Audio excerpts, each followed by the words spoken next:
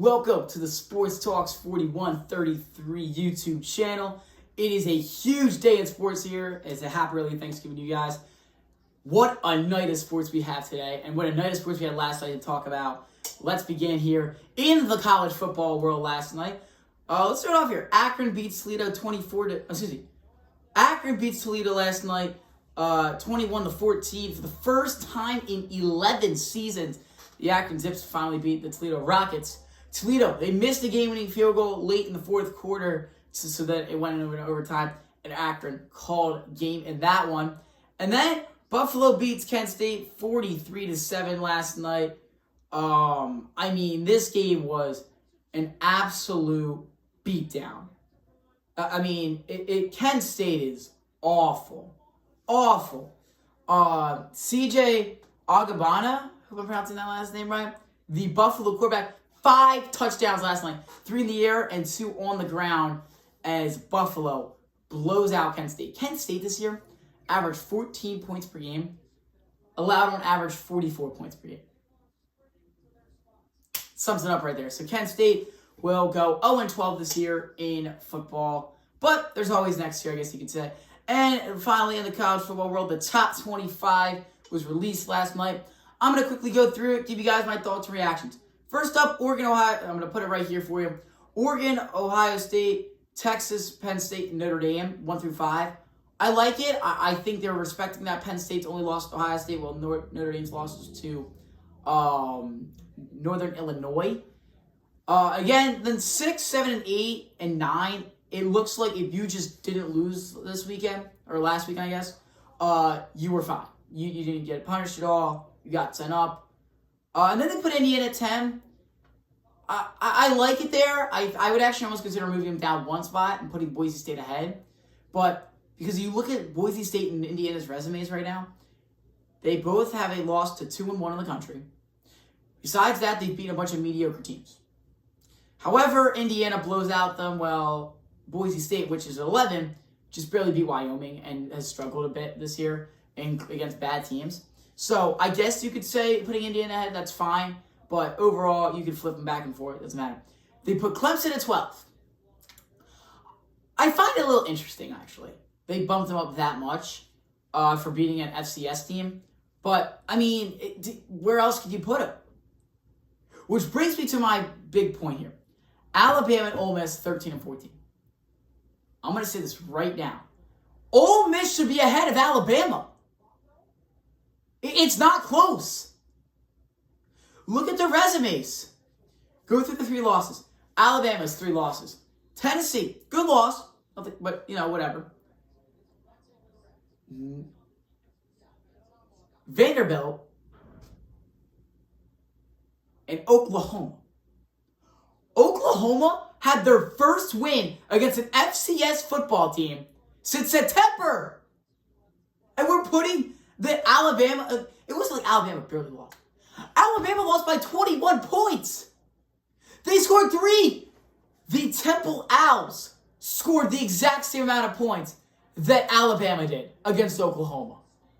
If the Temple Owls, I got their helmets there, but Temple sucks at football. Alabama, why are they ahead of Ole Miss? And then the Vanderbilt loss, don't even get me started.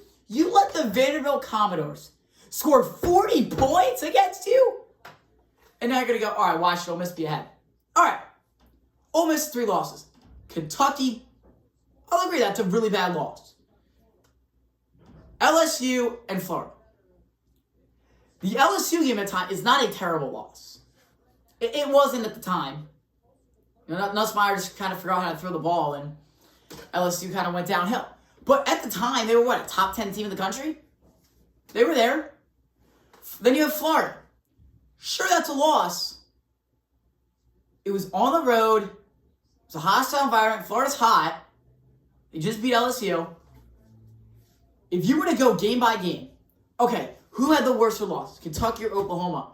I think losing to Oklahoma's way worse. You're going to go, oh, it was on the road at night there. It doesn't matter. Oklahoma sucks. I'm sorry. Oklahoma is not good.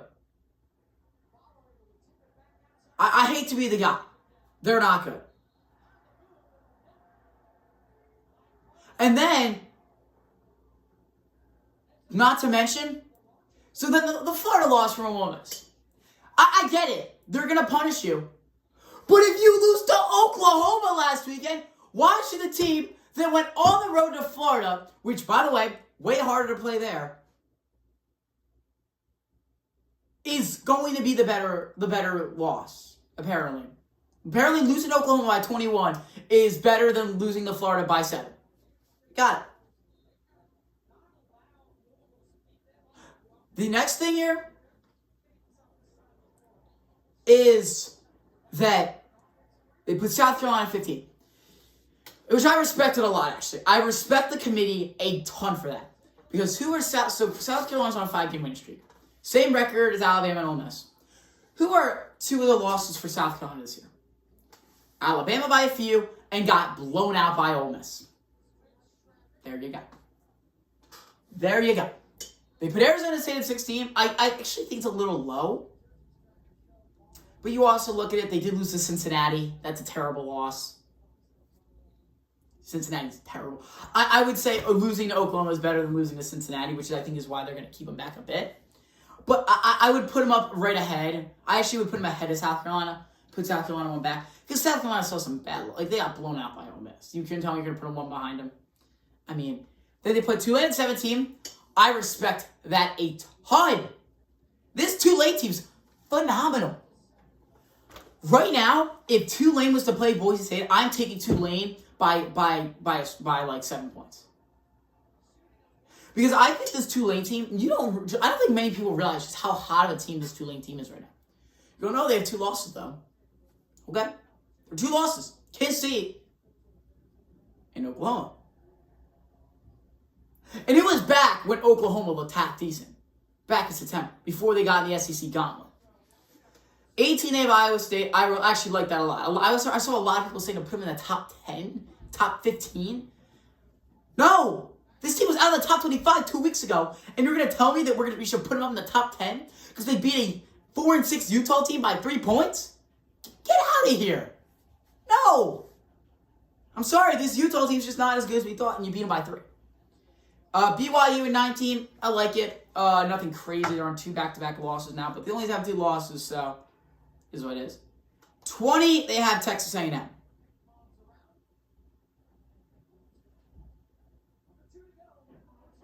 Here's my thoughts.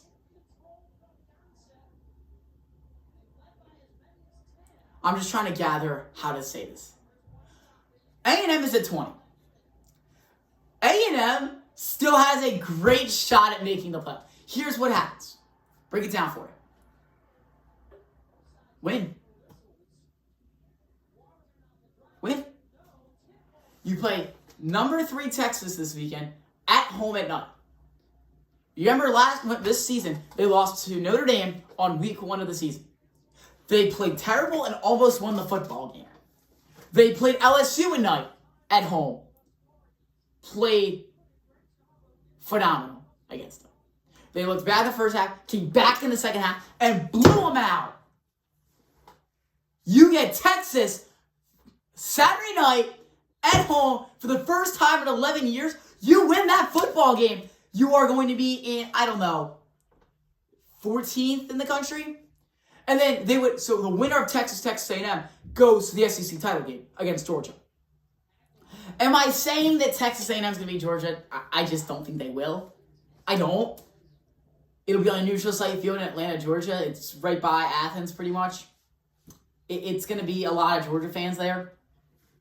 You're going to have to win that game, too. You will. They're not going to put you in with 4 losses. If you go 9-4, they're not putting you in. 21 Missouri. I mean, whatever. It's kind of eh. I mean, like, they've got 2 losses. Excuse me. Yeah. They have 3 losses. My apologies. But I just don't understand. Yeah. But, I mean, they looked all right. Whatever. 22 UNLV. This UNLV Rebel squad also has a chance of making the CFB playoffs. Pretty simple path, actually. Win this Saturday, obviously, against Nevada. It should be an easy one. Beat Boise State in the Mountain West title game, which is very doable because they almost beat Boise State earlier this year. And then you need Tulane to lose to Army in the American Athletic title game. And there's your path. They're in. Next thing you know, they're the 12th seed. 23, Illinois. Do I like them in the top 25? Not really. Do they deserve it? Yes. I'm going to be honest. If Illinois played Colorado or Kansas, I think Kansas State, they would get smacked around. I'm going to be genuinely honest with you. I just don't really like this Illinois team as much as we think. Yeah, they don't have the worst. They actually have some pretty good losses. Oklahoma. I mean, not Oklahoma, excuse me. Oregon. We were talking about Oklahoma so much. Oregon's not a bad loss. Penn State's not a bad loss. So they're still there. But I don't know. I just don't think they're a top 25 caliber team, but you have to rank them. 24, they brought Kansas State back in. Sure, I guess. I don't really understand it. But all right, I guess. Whatever. And 25, Colorado. They still keep the Buffs in after losing to Kansas. So, Colorado's supposed to pass to the playoff as well. There are, right now, in the top 25, I would say there's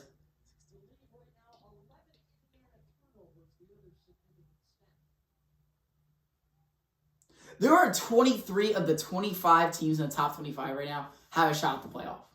The two that don't is Missouri and Illinois. Everyone else does. Buckle up. We've got one more week of football. We have to take 23 teams and slice it in half. Well, I guess 11 of them take them out, and there's your 12. Buckle up, folks. Buckle up. Let's move into the NHL now. Start off here with Drake Brusk last night scores a goal in his return against the Boston Bruins in the Canucks 2-0 win. The Canucks look good. I thought going to Madison Square Garden. I'm just TD Garden, not Madison Square Garden, Patrick. It was a good win. They won 2-0. Looked good. Utah gets the overtime winner against the Habs last night, 3-2 in overtime to win once again. This Utah Hockey Club has really done a good job of rebranding from Arizona. The fans look to be into it, and they're playing good hockey. And 15 NHL hockey games on tonight, baby. Sign me up for this. And you're also going, where's the college basketball? I'm talking about that last week. There's so much to talk about. But yeah, 15 hockey games tonight in the NHL.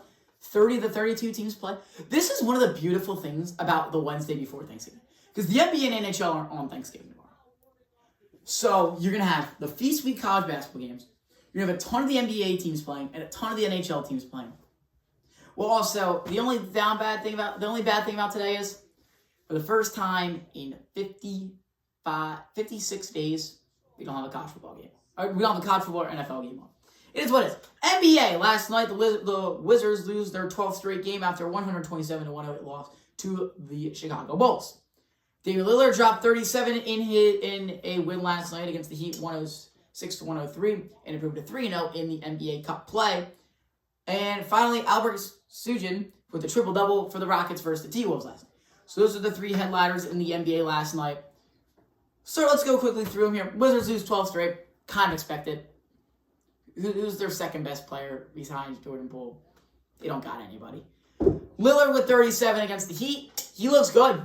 Him and Giannis is a great duo, and this Bucks team is going to get hot. Only problem is they have Doc Rivers as their head coach. Go Sixers. And finally, Sujin with the triple-double versus the T-Wolves last night. Looked really good. He'll be playing against the Sixers tonight there. I'll beat the game. Be fun to see how he comes off of that. In the NBA, 14 NBA games tonight. 28 of the 30 teams in action. Now it's time. Buckle up. It's time to talk about college basketball. Let's start yesterday because if there's some crazy upset that happened earlier in the day yesterday, I probably talked about it yesterday. So start with some stuff that I just didn't mention that I just didn't realize. The earlier thing that I just forgot to mention yesterday in the early slate, Oregon knocked off number 20 Texas A&M 80-70 yesterday. We saw these two teams play last year on opening night, and it was quite a. No, we didn't.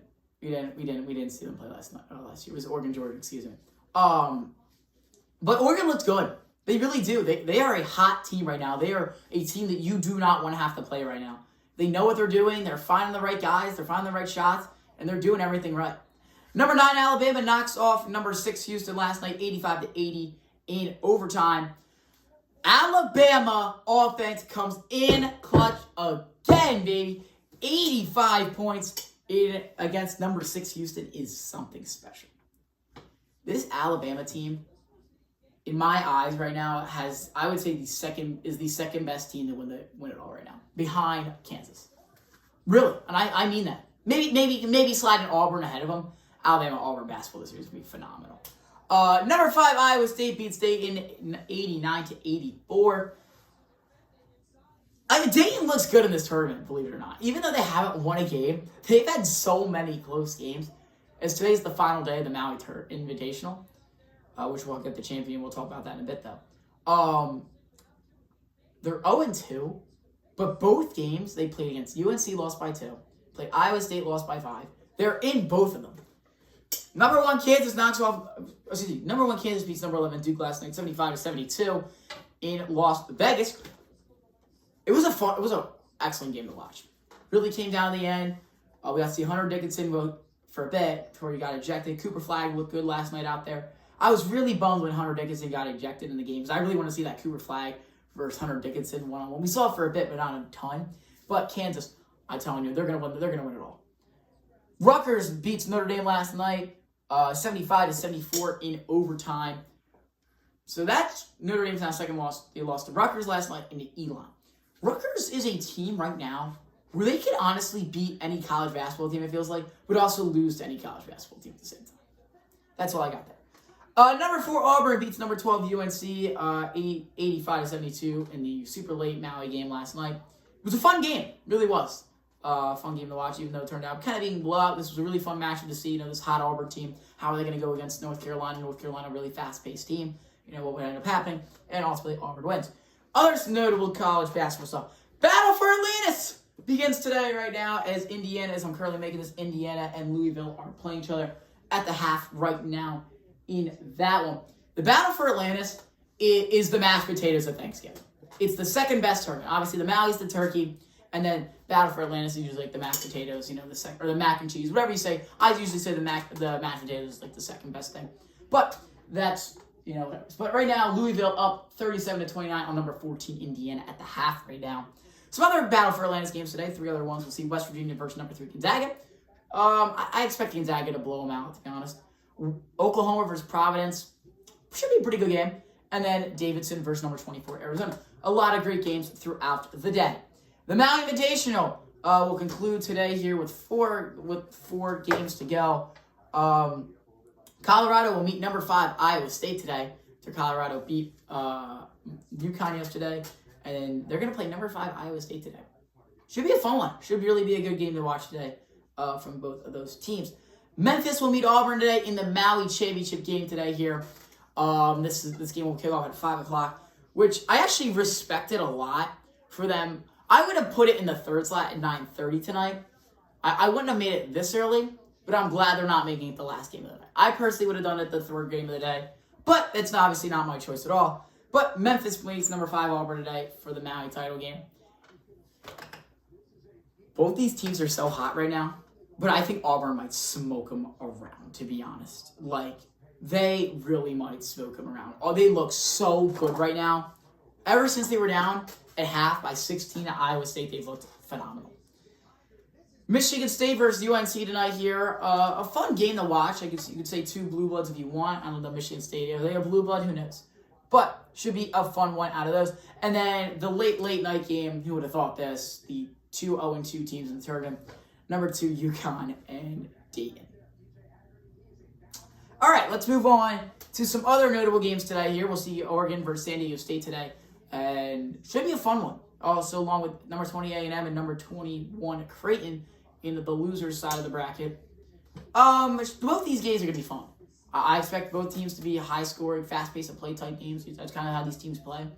And it should be fun. Michigan will meet number 22 Xavier tonight in the championship of their tournament. This is going to be a great game. This is one of the better games of the night, and nobody realizes it. How does Dustin May and this Michigan team going to take on number 22 Xavier and get the job done? Should be phenomenal. Rutgers taking on number 9 Alabama tonight.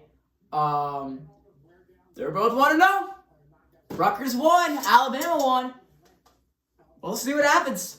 And Notre Dame takes on number 6 Houston after midnight tonight, 12:30 a.m. So for all the late night owls out there, should be a phenomenal day of college basketball, a phenomenal day of sports in general, as that will wrap up here the Sports Talks 4133 YouTube video today. And yeah, see ya.